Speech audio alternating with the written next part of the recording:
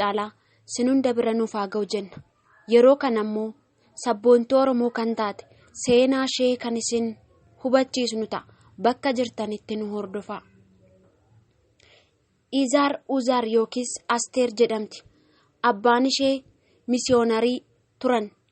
Lammii biyya Jarmanii Wallagga jiraachaa turanii fi intala isaanii Izaar jedhamtu kana achumatti dhalchanii hanga waggaa 9 taatutti achumatti guddisan.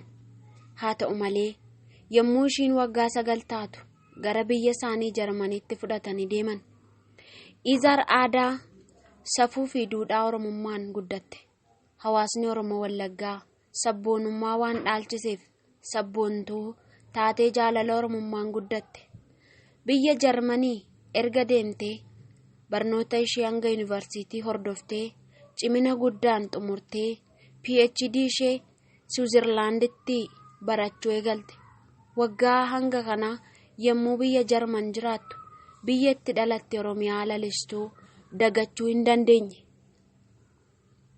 Jaalala Oromoon lammii biroof qabu waan beektuuf baay'ee yaaddi turte. Abbaa isheetiin gaafan barnoota yuunivarsiitii xumuree biyya koottiin gala jechaa turte. Biyyi isheen jettu kun Oromiyaadha. Maarree osoo isheen yuunivarsiitii biyya Switzerland keessatti PhD ishii waa'ee dimokiraasii irratti hojjechaa jirtu Piroofeesarri yookaan barsiisaan ishee wajjin buluuf barbaadee ture. Garuu isheen gaaffii dhiyaateef ni didde. Haa ta'u malee gaaf tokko barataan tokko ishee gudeede. Isheenis abdii kutattee ofitti aartee of jibbitee baay'ee gaddite.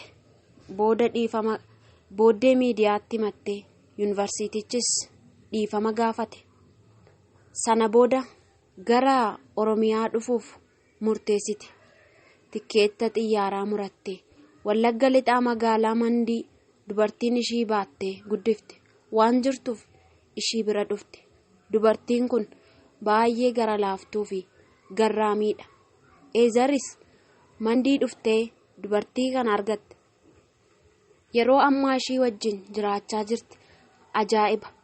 Aadaa fi jaalalli Oromoo akkanatti hunda hawwata. Dhaggeeffattoota keenya seenaa kanarraa waa guddaa akka hubattan nan amana. Aadaa fi duudhaan Oromoo nu qofaan otoo hin taane biyyootii garaagaraa hawwii guddaan gara Oromiyaatti akka dhufan akka godhu beekamaadha. Waan nu hordoftaniif guddaa isin galateeffanna. Bakka jirtanitti turtii gaarii.